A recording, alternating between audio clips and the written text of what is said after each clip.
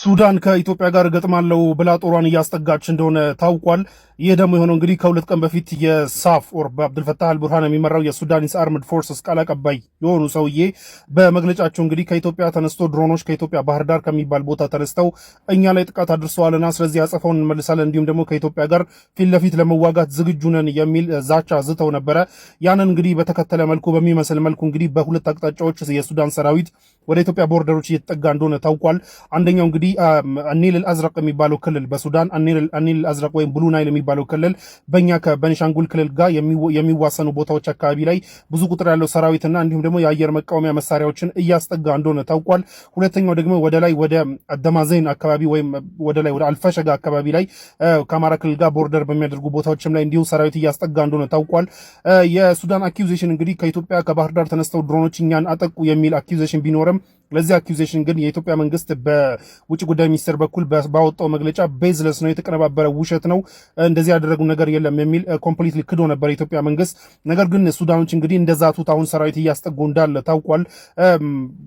ሱዳኖች ጋር በእንደዚህ አይነት ነገራቶች በተለይ የሲቪል ዋሩ ከመምጣቱ በፊት በነበሩ በሁለቱ ተዋጊዎች በሳፍ እና በአርኤስኤፍ በኩል ገና መንገራገጮች ሲገጥሙ ጀምሮ የተወሰኑ ችግሮች ነበሩ።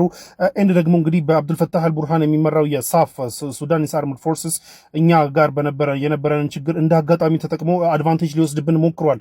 እንደምታውቁት ኢትዮጵያ ውስጥ በነበረ ፖለቲካል አለመረጋጋት በተለይ ከህወሓት ጋር በነበረ ውጊያ ላይ እችን አጋጣሚ ተጠቅሞ እንግዲህ በኢትዮጵያና በሱዳን መካከል ክርክር ያለበትን አልፈሸጋ የሚባለውን ቦታ ሳፍ በአብዱልፈታህ አልቡርሃን የሚመራው ሳፍ ተቆጣጥሮ ነበረ። ይህንንም የቀድሞ የኢትዮጵያ ምክትል ጠቅላይ ሚኒስትር ደመቀ መኮንን ወረራ ነው፣ ይህ ወረራ ተካሂዶብናል ብለው ክስ አቅርበው ነበረ ይህንን የሳፍን እንቅስቃሴ። በኋላ ላይ ደግሞ እንግዲህ እነዚህ ሳፍና አርኤስኤፍ አብዱልፈታህ አልቡርሃንና ሄሜቲ እርስ በርስ ውጊያው ሲገቡ እንግዲህ የኢትዮጵያው ጠቅላይ ሚኒስትር ዶክተር አብይ አህመድ ደግሞ ፓርላማ ቀርበው ያን ያደረጉብንን አድቫንቴጅ መውሰድ እኛ አሁን አላደረግንባቸውም፣ እርስ በርስ ተጋጭተዋል ብለን ይህንን አላደረግንባቸውም፣ ስለዚህ ትተናቸዋል ብለው አናውንስ አድርጎ ነበር እንጂ ይህንን አጋጣሚ ተጠቅመን እኛም አጸፋውን መመለስ እንችል ነበር፣ ነገር ግን ጉዳዩን በሰላም መፍታት ይሻላል በሚል ትተነዋል ብለው ነበር የኢትዮጵያ ጠቅላይ ሚኒስትር። ነገር ግን እንግዲህ ነገራቶች አሁን እየገፉ መጥተው ወደ መካረር ሄደው እንግዲህ ወደ መፋጠጥ መጥቷል ማለት ነው። የሱዳን አርምድ ፎርስስ ወደ ኢትዮጵያ ቦርደር ሰራዊቱን በብዛት እያስጠጋ ቢሆንም ከኢትዮጵያ መንግስት በኩል ግን እስካሁን ድረስ ምንም ለዚህ ጉዳይ ምንም አይነት መልስም ሆነ ምንም አይነት መግለጫ እየወጣ ነገር የለም። እንግዲህ የኢትዮጵያ መንግስት ምላሽን ደግሞ ሰምተን እናሳውቃችኋለን ማለት ነው። ሲአይኤ ከባድ ሪፖርት ይዞ ወጥቷል። ወሸሂደ ሻሂዱ ሚን አህሊሃ እንዳለው ከራሷ ወገን የሆነ መስካሪ መሰከረባት እንዳለው ሲአይኤ ለዋይት ሃውስ ባስገባው አዲስ ሪፖርት ኢራናውያን የዶናልድ ትራምፕን ብሎኬድ ላይ ዶናልድ ትራምፕ ላይ እያላገጡ 4 ወር መቆየት ይችላሉ ብሏል። 4 ወርና ፖሲብሊ ከዛ በላይ ሰስቴን ማድረግ ይችላሉ።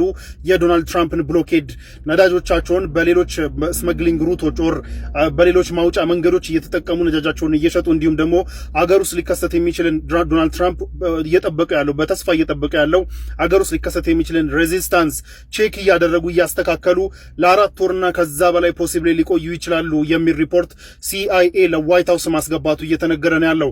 በዚህ ሪፖርት ደግሞ በእንቅርት ላይ ጆሮ ደግፍ እንዲሉ ኢራን ከዚህ በፊት ሲባለው ከነበረው በጣም በባሰ መልኩ 75% የሚሆነውን ሚሳይል ላውንቸሮቿን ስቲል ሪቴን እንደምታደርግ ስቲል እጇ ላይ እንዳለና 70% የሚሆኑ ሚሳይሎቿ ስቲል እጇ ላይ እንዳሉ ሲአይኤ ደረስኩበት ብሎ ሪፖርት አቅርቧል።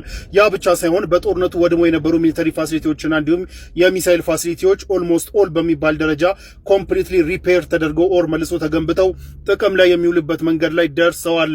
ስለዚህ በጦርነቱ ምንም የተሳካ ነገር የለም። የኢራን መሪዎች የበለጠ ራዲካል፣ የበለጠ አጌንስት ዌስት የሚሆኑ የበለጠ ኮንፊደንት የሆኑና የበለጠ የህዝብ ሰፖርት ያላቸው እንዲሆኑ ሆኗል የሚል ሪፖርት ሲአይኤ ለዋይት ሃውስ አቀብሏል ማለት ነው።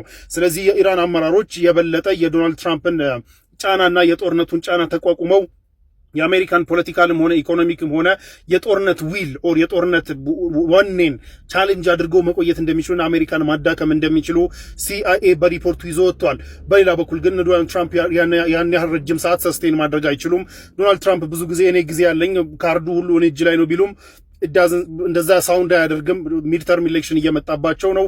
ብዙ ጫናዎች አሉባቸው። ከሚድል ኢስት ሀገራቶች በጣም ከፍተኛ ጫና እየመጣባቸው ነው።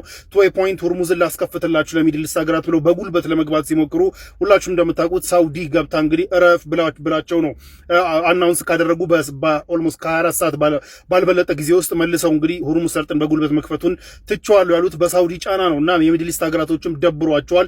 ከዚህ በኋላ ግርግር አይፈልጉም፣ በሰላም ጨርሱ እያሏቸው ነው ያሉት። ውጊያው መልሰው መቀስቀሱ እየተነገረ ነው ያለው። ዛሬ አዳሩን እንግዲህ አሜሪካና ኢራን ተኩስ ልውውጥ ማድረጋቸው ታውቋል። የተኩስ ልውውጡ መነሻ ሁለቱም እርስ በርስ እየተካሰሱ ነው ያሉት። በኢራን በኩል ሁርሙዝ ላይ መሽጎ ያለው የአሜሪካ ባህር ኃይል የኢራን መርከቦችን ማጥቃቱን ተከትሎ አጸፋ መልሼ የአሜሪካን የባህር ኃይል የጦር መርከቦች መትቻለሁ፣ አውድሜያለሁ የሚል መግለጫ ሰጥቷል የኢራን ሪቮሉሽነሪ ጋርድ።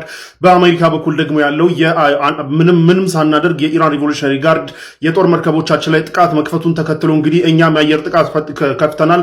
ሚናብና በንደር አባስ የሚባሉ ቦታዎች ላይ የአየር ጥቃት እንዳደረሱ ታውቋል። ሁለቱም ለጦርነቱ መጀመሪያ ለተኩስ ልውውጡ መጀመሪያ ሁለቱም እርስ በርስ እየተካሰሱ ቢሆንም ግን አትሊስት ሰላም ድርድር ይደረጋል ተብሎ የተጠበቀ ባለበት ሰዓት አንኤክስፔክትድ የሆነ የተኩስ ልውውጥ ተደርጓል።